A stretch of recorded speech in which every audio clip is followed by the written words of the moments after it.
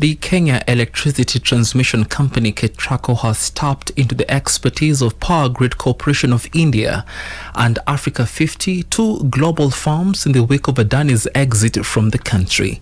The two firms are said to be the major players in public-private partnerships PPPs with the government, providing critical funding and expertise as the government aims to implement 100% transition into renewable energy by 2030. Confirming the new partnership, Africa 50, a pan-continental infrastructure investor, is set to provide funding for the partnership. This, according to the Chief Executive Officer Alain Ebobise, will be the Africa's first large-scale PPP on electricity transmission line. While it is unclear amount of money that Africa 50 is set to provide, the funding is set to seemingly stem from a $500 million, approximately 64.6 billion Kenya shillings kitty, set aside by the company to invest into climate-friendly power projects. Pearl Newsbeat. Crisis in the country's healthcare system is set to deepen with a looming strike from the medics and the Kenya Medical Practitioners and Dentists Union as private hospitals warn against offering services under the new Social Health Insurance Fund, NHIF. KMPDU has issued a 30-day strike ultimatum to the Ministry of Health over the intern doctors' wage crisis after the Health Cabinet Secretary Deborah Mulongo Barasa vacated an earlier decision to pay the interns 206,000 Kenya shillings. KMPDU Secretary General Dr. Javdi Atela says the union will not entertain discussions on wage reductions, emphasizing their role in maximizing salaries for doctors. He has accused the government of dishonesty and vowed to take any necessary action, including strikes, to ensure the collective bargaining agreement of 2017 is upheld. That they can't afford to pay interns this year because of the US aid freeze that happened by Donald Trump. If the USA is putting, if the Trump is putting USA first, the government need to put the Kenyans first. Yes. Kenyans first. And if the wages are to be reduced or to be changed, it should not start with the intern doctors. It should be for all. I should start with the presidents, the ministers, and everyone else. That's why we are saying we will not have any discussions that are reducing the wages. We will not entertain any discussions or any negotiations that reduce, that bastardize the CBA. We will only have a discussions on when to post the interns, where to post them, but wages have to remain intact. Meanwhile, nurses from the North Rift region have taken to the streets of Kitale as they demanded for permanent employment from the government.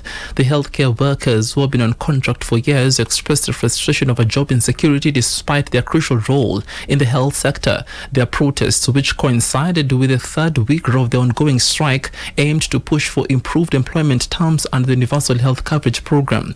During the demonstrations, the nurses termed it as unfair treatment, accusing the government of converting some healthcare workers to PNP terms while leaving others behind. One of the doctors leading the protest said the demonstrators marched to the office of Trans Nzoia Governor George Natembeya, where they submitted their grievances, urging county leaders to escalate their concerns to the Council of Governors. Kwa hivyo tumekuja siku ya leo ili sisi UHC tuweze kusikika, ili terms zetu ziweze kubadilishwa ziwe into PNP ili tuweze kubaki na mshahara. Nataka kuuliza serikali, hii ni discrimination aina gani? Maana wakakonvert hao wengine sisi tukawachwa nyuma. Wanataka sisi tuende wapi? This as you might no longer access medical services under Social Health Insurance Fund in private hospitals from next week over unresolved issues in the healthcare system.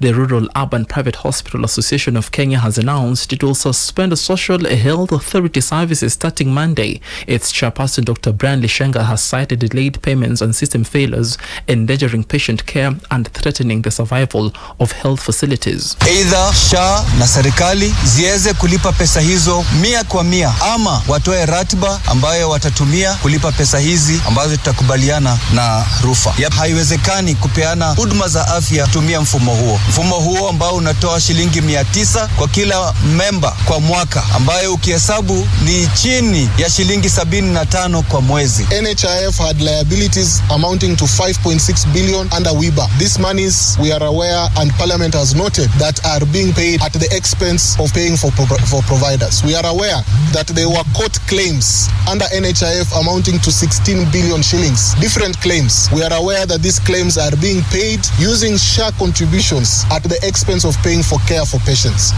Pearl Newsbeat. In other news, Jubilee Party branch leaders have thrown their weight behind the former Interior Cabinet Secretary Dr. Fred Matiang'i as their preferred presidential candidate. Speaking in Nairobi, the party's officials led by Secretary General Jeremiah Kioni said the endorsement positions Matiang'i as a front-runner for the political outfit's official flag bearers, setting the stage for fierce competition within Azimio coalition for the 2027 presidential ticket.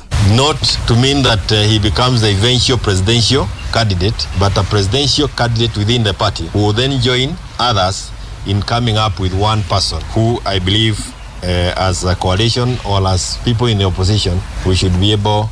And I see you looking at me like you want me to mention the name. And I don't need to mention the name. You can mention the name. Ni jina gani wamesema? Matiang'i. Wao wenyewe wameamua wanataka Matiang'i as their presidential candidate. The decision underscores the party's confidence in Matiang'i's leadership, citing his experience in government and governance track record.